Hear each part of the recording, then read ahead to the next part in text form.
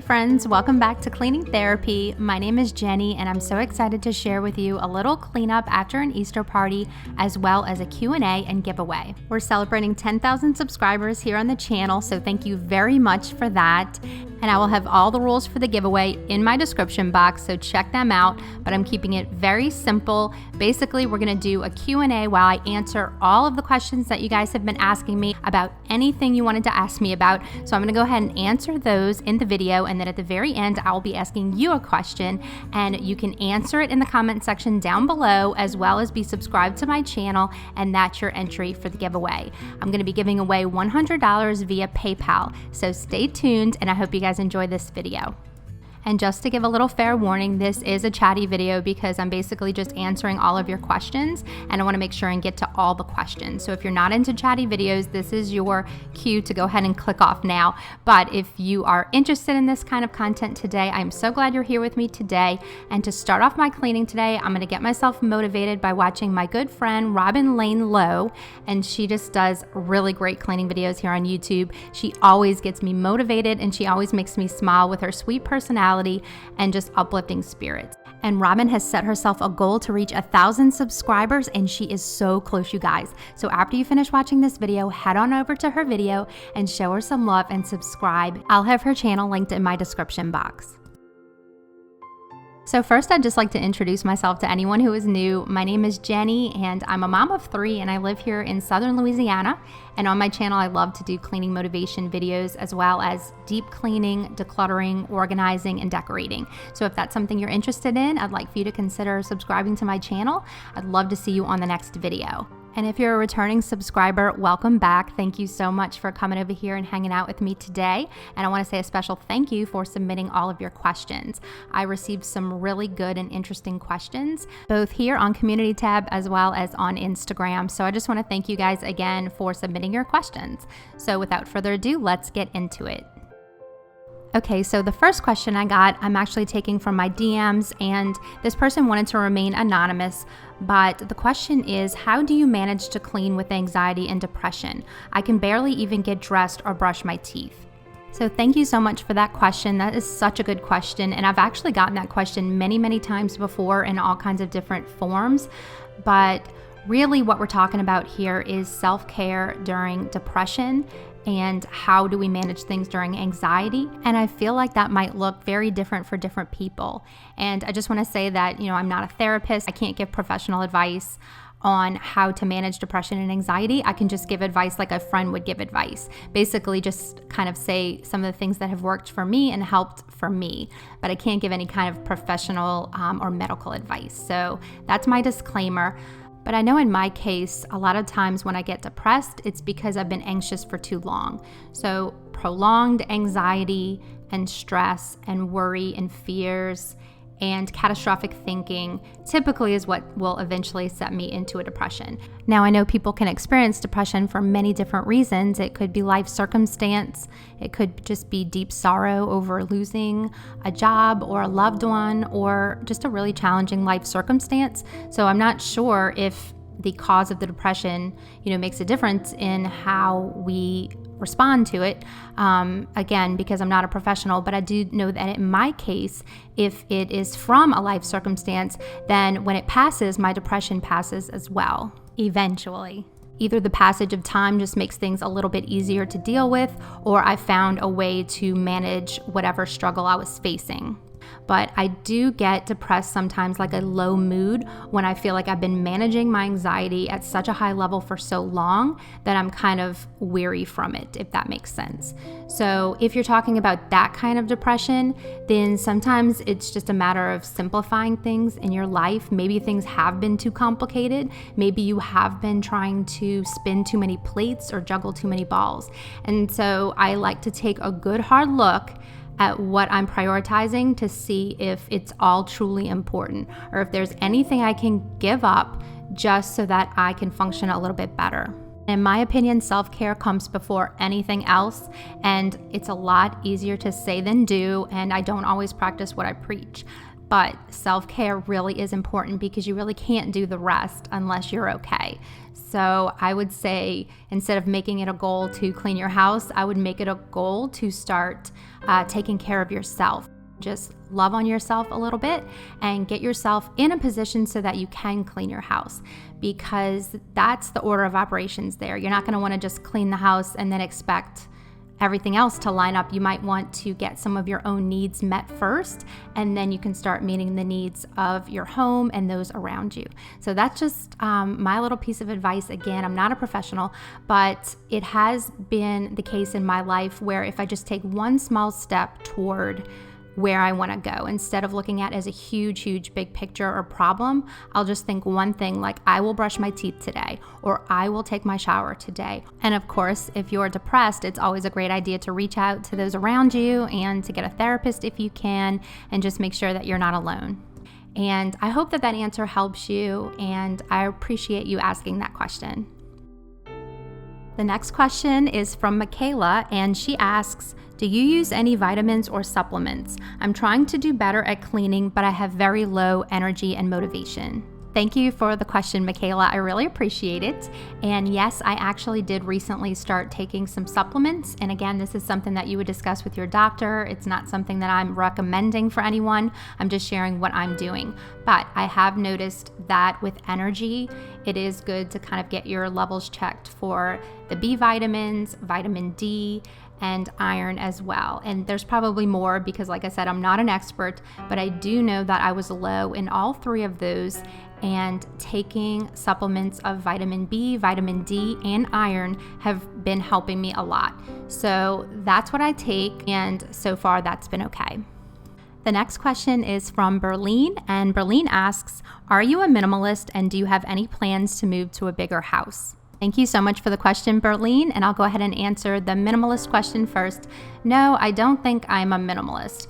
I think that just based on the amount of things that I own and maybe the reasons why I own them, I probably wouldn't be able to classify myself as a minimalist. Maybe minimal-ish, possibly, but definitely not a minimalist. But however, I have noticed a huge connection between clutter in my home and mental health. So I would say I'm definitely all for minimalism, and I appreciate the efforts of those who have kind of pushed that into the forefront of our minds so that we can see the connection between clutter and anxiety and clutter and depression, because I 100% believe that that's there. So I do take decluttering very seriously, and I am always looking for more that I can declutter that would help me to have more peace of mind and a more relaxing home.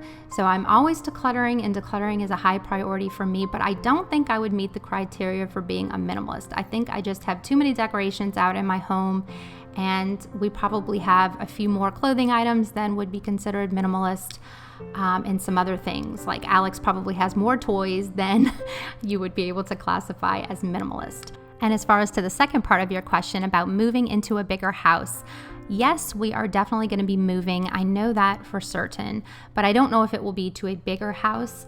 I'm not needing any more space than this. I'm not interested in a bigger house.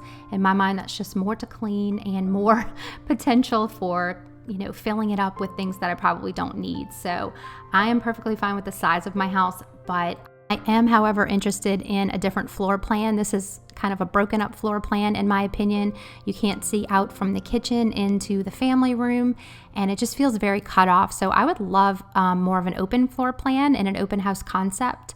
The other reason is that I picked this house out with my first husband, Ryan, and while I, love this house and I think it's a great house and it's served us very well, I'd really love to pick out a house with my husband, Tony. I feel like that would be a great thing for us to have our own house together that we picked out, and that isn't just kind of a hand-me-down from my first marriage. So I know that might sound kind of weird, but I would love to go pick out a house with Tony that we both picked and we both love.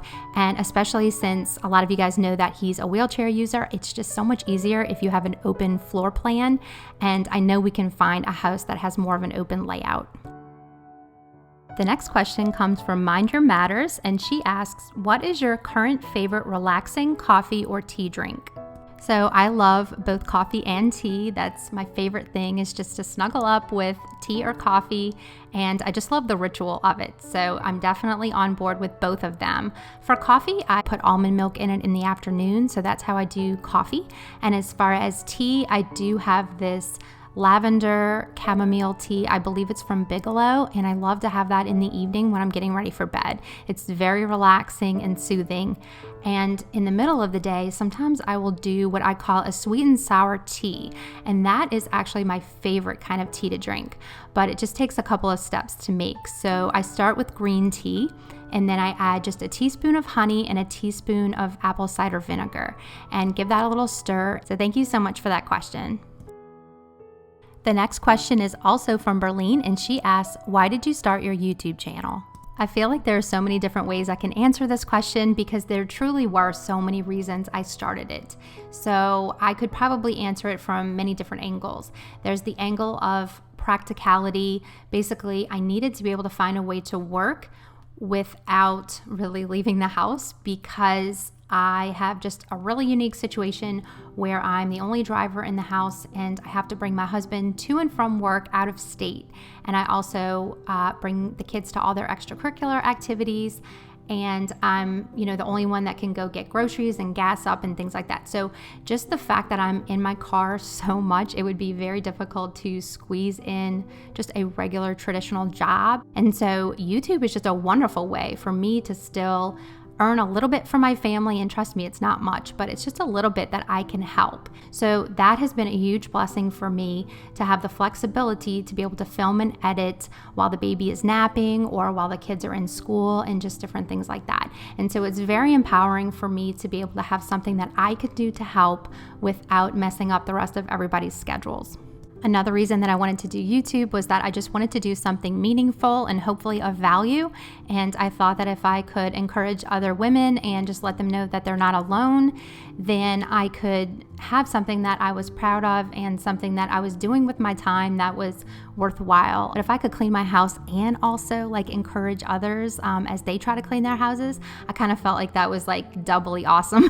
So I got really excited about just the idea of helping other women through some struggles and just letting other people know that they're not alone. I absolutely love to try to motivate and inspire others. And so if I can do that on my channel, that's always a win. Thank you so much for that question again, Berlin. The next question is from Carissa or Charissa. I'm not sure which one, so I apologize if I mispronounce it. You recently said that you wanted to go back to school. What degree would you like to go for, and what job would you like to pursue with that degree? Thank you so much for that question. My plan is to go back and finish my psychology degree. That's the degree I was working on when I left school about 10 years ago now. So I am about 68 hours in, so about halfway through, and I'd like to go back and finish that degree. And then my plan is to hopefully get a master's degree in counseling. I would love to be a counselor, but the problem is, well, I guess it's not a problem, but the issue is that I don't really see myself actually working with patients and doing mental health counseling. I actually see myself teaching it more on a platform like YouTube. And I'm not sure why, but I think it's just because I enjoy YouTube so much, and it's just such a good fit for me in so many ways. And I feel like if I can give counseling tips on YouTube for free, then that might help a lot of people who fall through the cracks and either don't have insurance or can't afford therapy. So I know it's not as good as one-on-one therapy, but at least if I could get some helpful information out there on how to deal with anxiety and depression, then maybe I could help a lot more people. So all of that is not set in stone by any means, but it's just kind of a loose working plan for right now. That's kind of the direction I'm leaning into. So thanks so much for the question. The next question is from Christy, and she asks, what are your favorite Bible verses, quotes, or a mantra from when you're feeling blah? Thanks, Christy, for that question. I know for me personally, feeling hopeful and feeling peaceful are the things that I'm longing for. So I really like Romans 15:13, which says, may the God of hope fill you with all joy and peace as you trust in him, so that you may overflow with hope by the power of the Holy Spirit.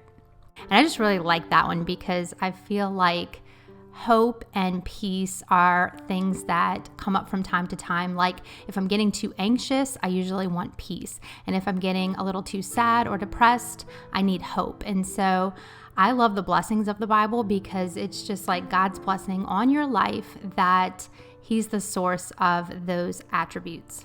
Sometimes I like to listen to it in music form, like if I'm in the mood for an uplifting song. I love The Blessing by Carrie Job. That is such a good song. And I love Hope Darst has a song called Peace Be Still.